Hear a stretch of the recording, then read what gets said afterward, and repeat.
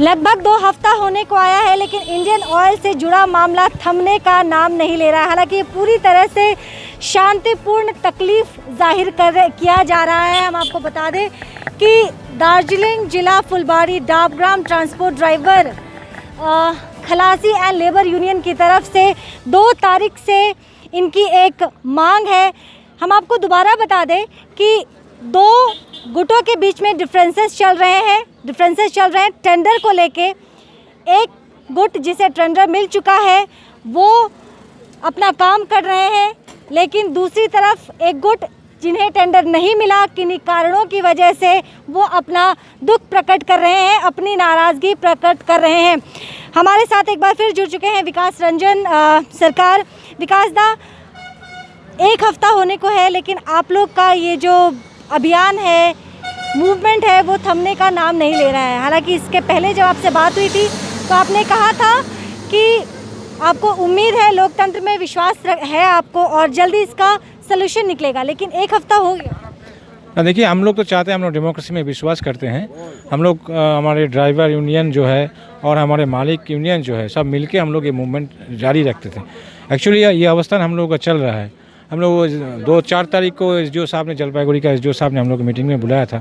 वहाँ पे आईओसी का डीजीएम जो है, उन्होंने भी वहाँ पे गया था और उन्होंने आश्वासन दिया था, ठीक है, हम लोग बाद में, एसडीओ साहब ने बोला था कि आप लोग जाके वहाँ पे बैठे और बात कीजिए। जो टेंडर प्रोसेस है, आप लोग जानते हैं, जो 2014 में जो टेंडर फ्लोट हुआ था, उसमें हम लोग आज 3 रुपया 44 पैसा रेट के हिसाब से, पर किलोमीटर हिसाब से हम लोग काम कर रहे हैं।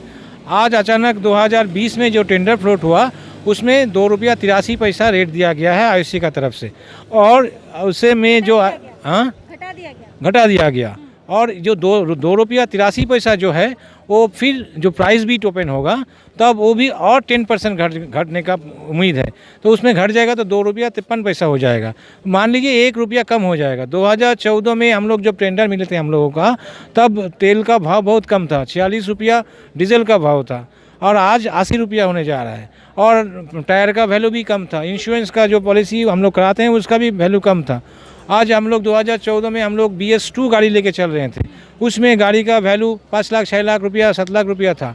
आईओसी ने अचानक हम लोगों को बोल दिया ये BS2 गाड़ी नहीं चलेगा, आप लोग नया गाड़ी लेके आओ। तो हम लोग बैंक में जाके, हमारे ज़मीन बैंक में, कब की बात है जब आपको इस तरह से कहा गया कि गाड़ी बदलने के लिए? कब की बात? ये 2018 में इन लोगों ने बोला था कि आप लोग गाड़ी बदल दीजिए।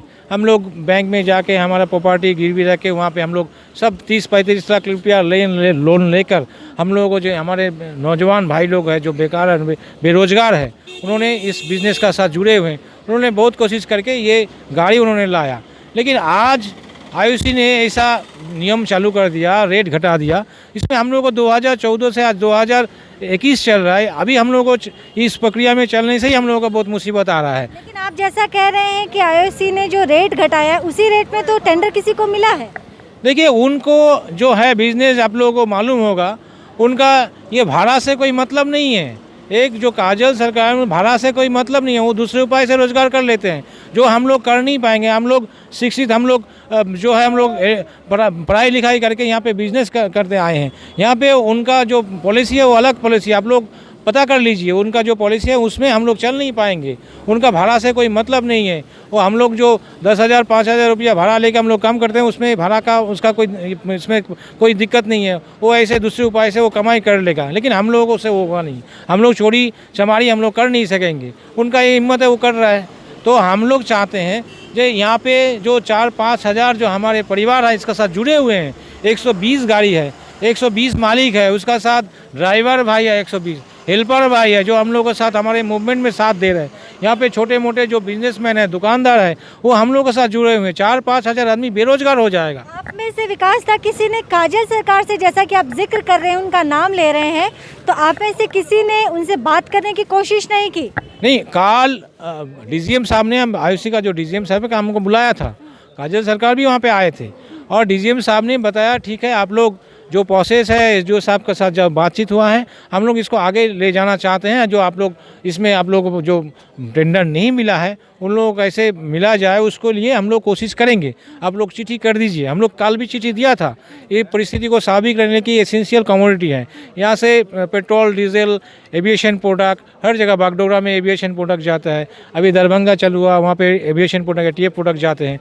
सिक्किम में हमारे डीजल, पेट्रोल, एटीएफ जाता है, और नेपाल, भूटान हर जगह जा रहा है। हम लोग इसको रोकने का कोई कोशिश नहीं करेंगे, क्योंकि ये एसेंशियल कमोडिटी है। अगर ये रोकेगा तो एक एम्बुलेंस बंद हो जाएगा, ऑपरेशन थिएटर बंद हो जाएगा, पीडीएस केरोसिन है, उसका आम आदमी का नुकसान होगा। तो हम लोग इसको बंद नहीं करना चाहते।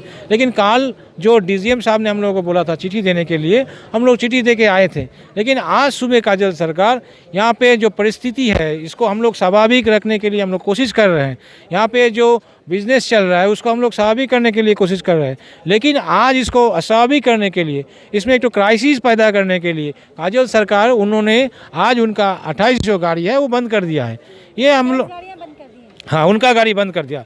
हम लोगों ने मना नहीं किया, हम लोग उनका गाड़ी चलने के लिए सबको ही बोला था कि आप लोग 28 गाड़ियाँ जब बंद होगी, और जैसा कि आप कह भी रहे हैं कि कहीं ना कहीं क्राइसिस उत्पन्न करने की कोशिश है, या फिर इस घेरे में आप लोग को कहीं ना कहीं लपेटने की कोशिश है, तो 28 गाड़ियों के बंद होने से क्या वाकई क्राइसिस उत्पन्न होने वाला है? देखिए, 2 दिन बंद था और सैटरडे संडे है, आयुष यहाँ बंद रहता है। अगर डिमांड ज़्यादा रहेगा तो क्राइसिस होने का एक तो ये हो जाएगा, परिस्थिति बन जाएगा। ये क्या मोनोपोली होता है कि अगर आपकी गाड़ियां जो चल रही हैं आप जब चाहे इसे बंद कर सकते हैं, इस पे किसी का मॉनिटर नहीं होता? ना, आयुषी तो मॉनिटर कर सकते हैं। आयुषी हम लोग अगर कोई बंद, उसके बाद भी बंद कर दी गई। हाँ, आयुषी इसको स्टेप ले सकता है। आयुषी उसको बोल सकते हैं, क्योंकि आयुषी टेंडर प्रोसेस में है, जो गाड़ी प्लेस करना पड़ेगा। अगर उन्होंने गाड़ी नहीं प्लेस करेगा तो आयुषी उसको बोल सकते हैं काहे नहीं गाड़ी प्लेस कर रहे हैं। आयुषी उसको बोलने से वो गाड़ी जरूर प्लेस करेगा। लेकिन क्या जाने क्या उसका मन में क्या है नहीं है, वो ऐसे हमारे मूवमेंट में आप लोग देखे हैं। 4 तारीख को जब हम लोग एसडीओ साहब का चेम्बर में मीटिंग में थे, उसका बाद हम लोग जब यहाँ पे आए थे तब यहाँ पे पत्थरबाजी हुआ था, बाहर से चाय बागान से लेबर ने, हम लोग नहीं, यहाँ पे प्रशासन के थे, बहुत सारे हमारे प्रेस का जो हमारे रिपोर्टर भाई लोग हैं, आप लोग भी बहुत सारे रिपोर्टर थे यहाँ पे, देखे हैं। वो उधर से आके पत्थरबाजी करने का शुरू कर दिया है लोगों ने। यहाँ पे जो परिस्थिति, स्वाभाविक परिस्थिति है, उसको अशांत करने का कोशिश कर रहा है। उसको एक तो यहाँ पे संतोष चालू करने का, जारी रखने का लोग कर रहा है। ये हम लोग नहीं चाहते। हम लोग डेमोक्रेसी में विश्वास करते हैं। हम लोग चाहते हैं यहाँ परिस्थिति स्वाभाविक हो, यहाँ पे जो बेरोजगार भाई है उनका भी बिजनेस चले, यहाँ पे छोटे मोटे दुकानदार है उसका भी बिजनेस चले। इसका परिस्थिति स्वाभाविक रहने के लिए हम लोग हर कोशिश कर रहे हैं। बहुत बहुत शुक्रिया विकास दा। तो इंडियन ऑयल से जो जुड़ा मामला है अब तूल पकड़ता जा रहा है। काजल सरकार का बार बार जिक्र हो रहा है, बताया जा रहा है कि उन्होंने अपनी 8 गाड़ियां बंद कर दी है। अगर डिमांड ज़्यादा होता है तो क्राइसिस उत्पन्न होने की भी चांसेस है। हालांकि विकास दा ने कहा कि ये पूरी तरह से उन्हें डिफेम करने की कोशिश है।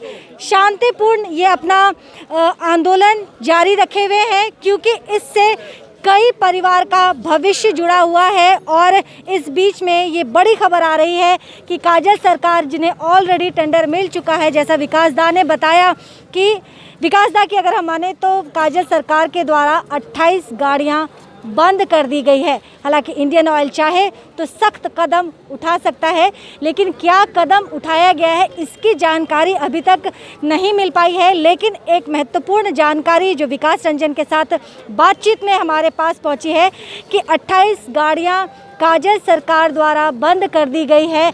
अगर मार्केट में डिमांड ज़्यादा होता है तो क्राइसिस उत्पन्न होने की भी पूरी आशंका है। इससे खारिज नहीं किया जा सकता है।